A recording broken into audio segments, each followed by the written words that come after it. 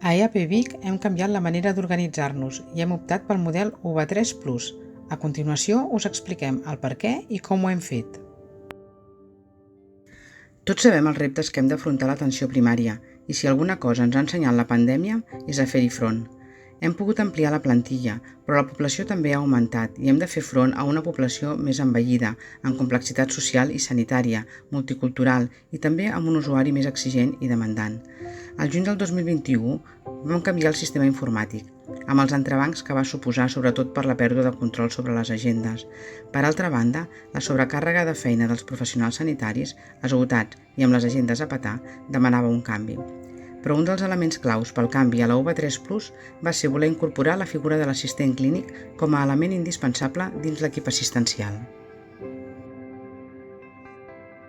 Ja abans de la pandèmia ens plantejàvem aquesta figura per donar suport als clínics i com a referents dels usuaris, i va ser a principis del 2021 que vam iniciar la formació dels administratius en aquest rol.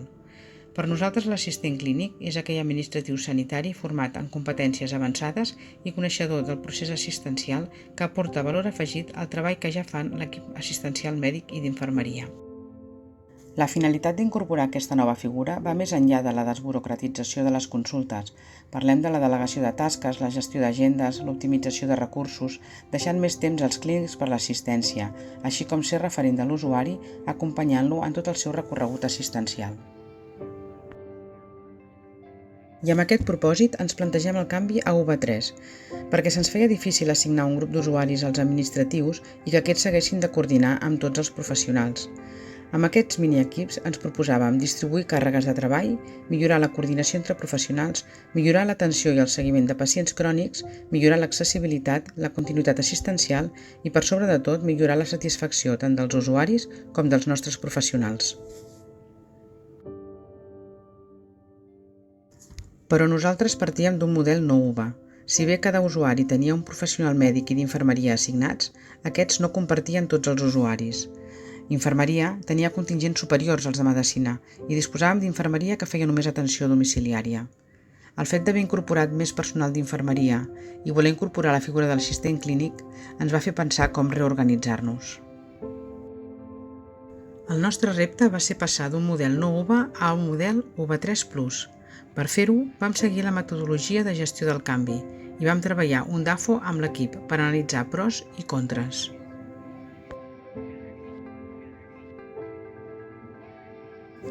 Vam llistar totes les oportunitats que ens oferia aquest canvi, sense deixar de banda els riscos que corríem i les dificultats amb què ens podíem trobar. I vam començar a treballar en el projecte. Una de les dificultats que encara tenim és la manca d'espai. Si volíem coincidir en horaris, calia disposar d'espais suficients a cada torn. Els equips van fer l'esforç de canviar horaris per coincidir al màxim i vam estructurar les agendes per encabir tota l'activitat presencial, no presencial i domiciliària. La planificació va ser clau. Vam crear els equips assignant el contingent mèdic a una infermera i un administratiu. Reduíem així els contingents d'infermeria, encara que suposava un canvi important per infermeria i pels usuaris. Per informar els usuaris, vam escriure un fax per poder explicar bé els motius del canvi i com els afectaria. Els pacients en AdDom passaven a ser assumits per cada UVA i calia reorganitzar i distribuir el temps per totes les tasques administratives que tindria l'assistent clínic, sense descuidar l'atenció al taulell. Finalment, després d'uns mesos de treball intens, al gener de 2023 vam començar a treballar amb UV3+.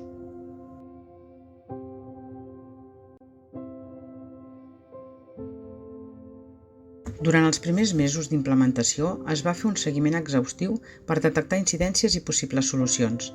Vam establir horaris de coordinació per cada UVA i es van fer reunions des de direcció i els caps d'àrea amb cada un dels equips per detectar dificultats concretes intentant adaptar les agendes a les necessitats de cada UVA. S'incorpora la proactivitat dels pacients crònics en clau UV3 amb la implicació de l'assistent clínic. Després de 9 mesos treballant amb aquest model, les impressions són bones, però ho hem volgut demanar als professionals.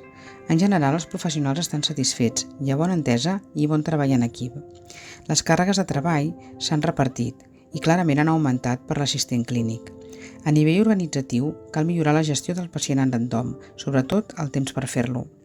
Medicina i atenció a l'usuari, en general, no tornarien al model anterior, mentre que amb infermeria hi ha opinions més oposades. Hem millorat la coordinació entre professionals, malgrat no sempre s'ha pogut fer les reunions establertes, i la figura de l'assistent clínic ha estat molt ben valorada per tots els estaments. Estem millorant el seguiment del pacient crònic i podem fer accions proactives conjuntes. Hem de millorar el control i la gestió de l'ADDOM. Estem fent esforços per millorar l'accessibilitat i la gestió pròpia de les agendes. Els usuaris encara no els hem demanat, però la percepció que tenen els professionals sobre la satisfacció dels usuaris és bona. En general, l'estament d'infermeria és qui puntua més baix en tots els aspectes i sabem que són qui han viscut pitjor aquest canvi. Els resultats en salut també són satisfactoris i refermem el nostre plus amb els assistents clínics, que estan molt satisfets de la seva tasca dins la UVA i tots coincideixen en que encara podrien fer més.